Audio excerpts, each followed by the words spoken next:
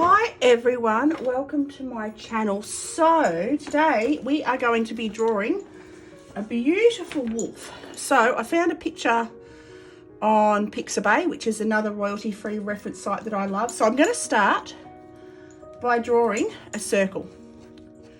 So I like to try and draw things freehand as often as I can because it always helps you to improve your skills. And because he's got quite a round face, I'm going to do the round, the circle, and then at the bottom, I'm actually going to take it off into a point because he's got quite a woolly coat that comes down into a point. Right, from this point, I can start to add the details from the top of the circle. So I'm going to go from the top of his head to his eyes. His eyes will be about a third of the way down.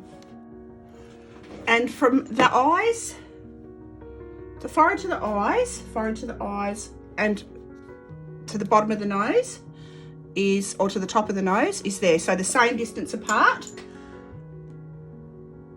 The eyes, actually it's to the bottom of the nose. So the nose will be there, like that. And his eyes are, so I've got that in the center, like that. That's the level of his eyes, and the same distance from the top to the sides, that's where the width of his eyes. I can draw those shapes in now. They're sort of like a teardrop or a soft sort of diamond shape, and on a slightly downhill curve, like that. I should measure the distance on the inside, so the inside is about that much. So I use my fingers to measure distance. It just makes my life a lot easier. You don't need any tools except your hands to draw. Right. So I'm happy with that. So now from the bottom of his nose, he's got like that much from the bottom of his nose. That is his mouth. And his mouth comes, so he's got his pupils here. Pupil there looking straight at us like that, and the outside of his mouth lines up with the pupils. So I can do that now. I've marked in the length as it goes down, like so, the length from the bottom of his nose, which I might make it to the bottom of his mouth, and then up here he's actually got his top lip comes up like that, and then it comes up a fraction narrower because you can see his bottom lip a little bit on that outside mouth, the outside of his mouth there. Right, and that just comes a fraction above his nose. Okay, now for his ears. So the top of his head to the top of his eyes is the same height as his ears. So I do a line there, it's top of his head to the top of it, to his eye, same height, his ear. And then I just draw the shape coming in here, like that, and it's basically a triangular shape, like that. I make it a little bit rounder, and same on this side. Come down here, he's got like a little nick in his ear there. Right, so that's the basic shape, and now I can start to add the fluff and the cuteness that makes the wolf. So I'm going to have him coming off at the back a little bit here. I'm going to add a little bit of fur up behind his ears, and they've got beautiful patination on their fur. So come down here, he's got beautiful sort of pattern around his eyes. Comes back down into here, like that. Make it go into the corner of his eye because that's dark. I'm going to do this in watercolor as well.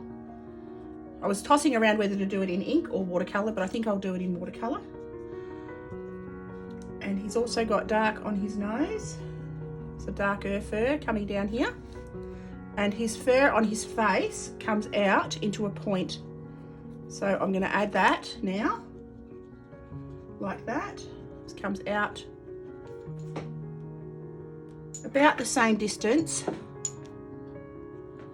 sideways. Yep, so that's about right.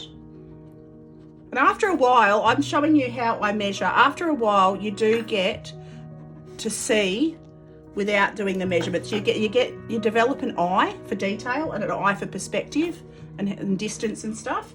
So it really does. The more you do it, the better you get at it. And it's so much more fun to be able to draw. Okay, come down and around here. So that's his basic wolfy shape. I'm going to go up here. I'm just adding in anywhere that I can see his markings. He's got sort of white or creamy coloured coat coming down and around here. And he's creamy coming off here and down here. There we go. Now, soften up his ears. Got his ears looking way too hard. So come around the outside edge and just draw jaggedy lines like that. And soften those right up. And he's got lots of fur inside his ears. Same on this side. Just soften them up so they don't look so harsh. And then do the furry bits inside. Right. So now I'm happy with that as a sketch. So I'm going to erase the initial circle and the initial sort of guidelines that I'd drawn in like that. I can get those off the page. And I'm using watercolour paper, Saunders Waterford today. It's a nice handy sort of size, little what size is A5 watercolour sheet, because I like to work sort of around the A5 size. It's just fun and it's easy to handle. I'm going to add a bit more of a woolliness down there. Right, so first of all, I am going to get my watercolour and give it a spritz with my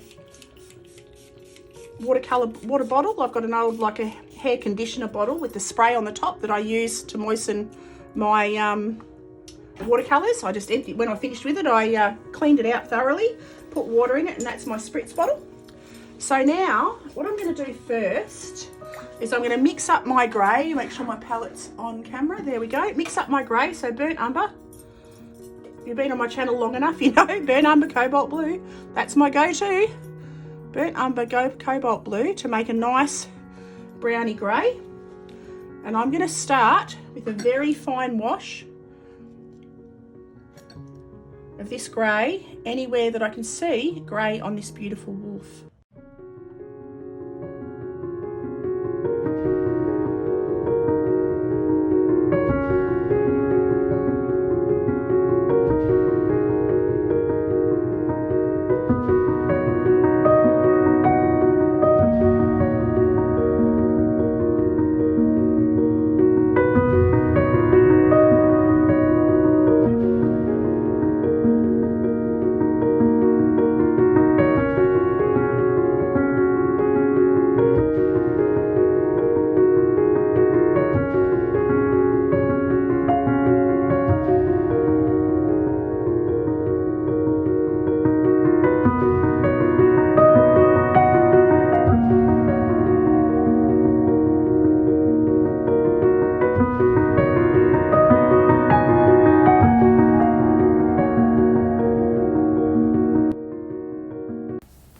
Now I add this beautiful taupey colour. It's a Daniel Smith colour. I can't remember the name of it for the life of me, but I add this to the light areas, but I also try to leave still the whites of the paper for the brightest whites and the lightest lights.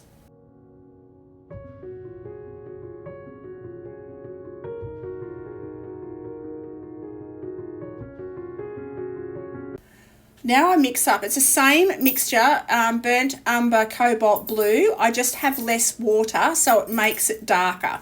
So yeah, just adding less water. It's exactly the same mixture, just take away a little bit of water and it comes out darker on the paper. So I add now a layer of this darker tone across the whole wolf.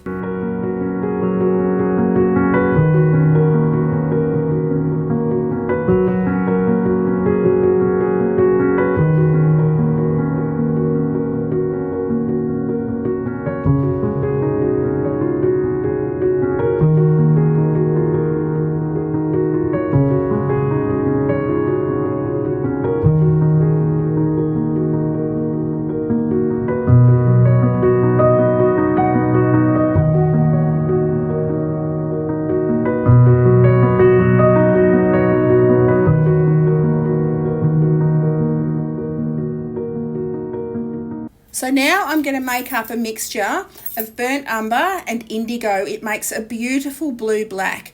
So it's darker than the first layers of brown, but it's still utilising the burnt umber, so it makes all the colours really cohesive together. They really work well together because the base colour is burnt umber. So yeah, I'll continue around the darkest darks of this wolf with the burnt umber and indigo mix.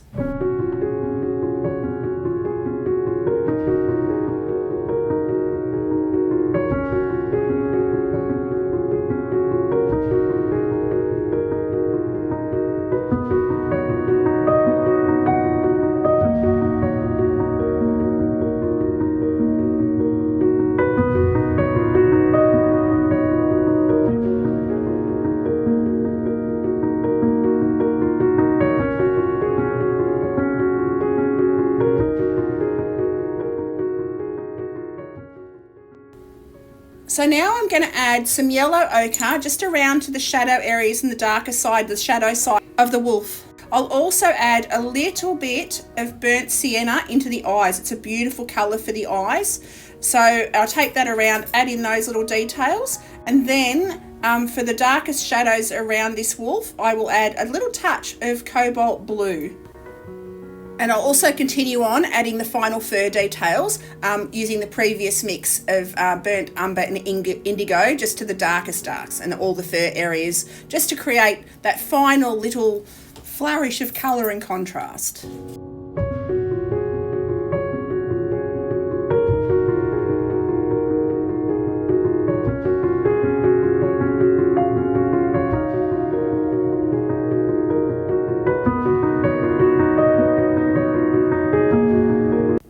So this is the finished wolf. I hope you enjoyed this video. I'd love it if you click like and subscribe. Click on the bell icon. That way you'll be notified when I release a new video. And I will see you all next time. Okie doke. Bye.